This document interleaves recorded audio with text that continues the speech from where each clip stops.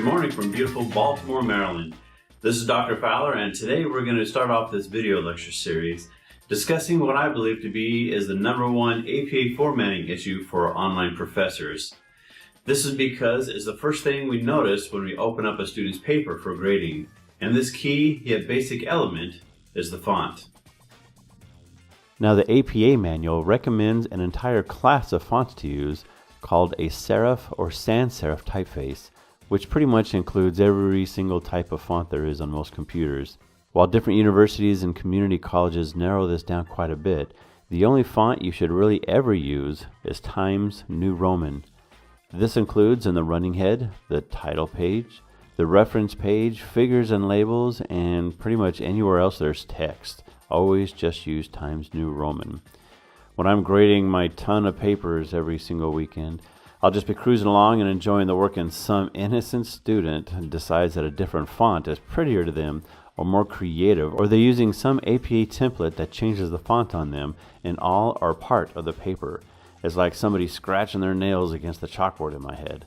And it often makes me slow way down trying to figure out what's different. And it's even worse when the font changes back and forth, or a paragraph stuck in the middle of things is in some obscure font. When this happens, I have to slow down and spend more time on the paper. And because of this, I notice other things that are wrong with it that I might not have noticed before. The last thing I wanted as a student myself was a professor spending more time on my essay, because the less time my professor spent on my papers meant the higher grade I would receive. The Times New Roman font was named after a British newspaper called the Times of London. In 1929, the Times hired a typographer named Stanley Morrison to create the new font. Morrison led the project, but an advertising artist from the Times named Victor Lardon actually drew the letterforms. Times New Roman is a bit narrower than most text fonts because it was designed for a newspaper so they can fit more text per line. This was great for mass-produced newspapers and articles because it saved them on paper, but it wasn't so great for students who had to satisfy page length requirements instead of word length because they had to come up with a ton more material. As I said earlier, the APA manual suggests you use a serif typeface, such as Times New Roman for the text of your manuscript, but to use a sans serif typeface such as Arial for all your figures and labels. But remember, from a professor's standpoint, to only use Times New Roman for everything. Since I only ever used Times New Roman, I never even knew what a serif or sans serif font was until recently. A serif is simply a small line, like a wing attached to the end of a stroke in a letter or symbol. When I read this, I had to wonder if they got the name from the seraphs or seraphim from the Bible, which is a member of the highest order of angels that hovered above God's throne in Isaiah's vision in Isaiah 6, I believe. This class of angel has 6 wings that are just chock full of eyes. This would be a terrific analogy, except for the fact that it's spelled a bit differently and uses an A instead of an I. Okay, so now we all know that a serif font is one that has wings. A typeface without serifs, or these little wings, is called a sans serif, from the French sans, meaning without. All sample papers on APA instructional web pages are written in Times New Roman, which again is a serif font. According to the manual on page 228, this is the preferred font because it improves readability and reduces eye fatigue. This sounds so nice and caring, but we already learned that they created it to squeeze more words on a page to save money. The funny thing is that the APA manual itself doesn't even use Times New Roman as its primary font.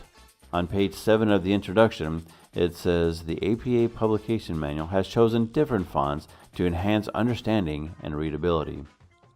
Now I want to take a few minutes and go over a few more issues with the font to be aware of. The first is to never bold anything.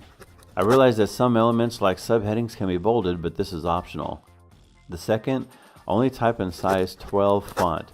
I get a lot of papers that are written in size 10, especially up in the header, but I believe that's because a lot of the templates that are out there. Third, never use any color other than black. A very common mistake is to use a light gray. This change also happens in a lot of the templates. Fourth, never use all caps except for the title portion in your running head, which we'll discuss in a different lecture. In every class I teach, there are always a handful of students who continue to place their main title or the repeated title on page 2 in all caps. Fifth, never use footnotes in APA. That's a different kind of writing. All your sources should be listed on a reference page. Finally, I realize that templates are supposed to help you with your formatting, but unfortunately there's a ton of issues that you'll see through these lectures with templates. Templates often change the font size, or the font's color, especially up in the header. Now for a few tips and tricks that most professors don't want you to know. For those of you who have professors that demand a certain number of pages per assignment instead of word counts, here's a few tricks that will increase the page length. Back when we followed the APA 5th edition manual, I would use a font called Courier New because this was a wider font and it increased my page length. This caused me even more headaches though, because I had to argue with my instructors and show them how the font was acceptable per their APA manual. But since they were eyeballing my paper because of this, I received point deductions in other areas, and I quickly learned that changing the font wasn't the way to go. A funny thing that always worked, however, was to select all the spaces and punctuation in my essay with the find feature of Word and increase their size to 16 or 18, which stretched my paper. Another great thing about APA is that it actually requires 2 spaces after each period, so you definitely want to take advantage of this. You can also spread the letters further apart by selecting your entire paper, right-clicking on it, selecting the font option, click on Advanced, and add a few points to the character spacing option listed at the top of the field. But don't get too carried away with this because we'll probably figure it out. Well, this concludes Lecture 2 on the font. I hope you obtained a few takeaways from this short video lecture, but most importantly, I hope from now on you will always remember to double check your font before turning in an assignment. Thanks for watching, and I'll see you in Lecture 3.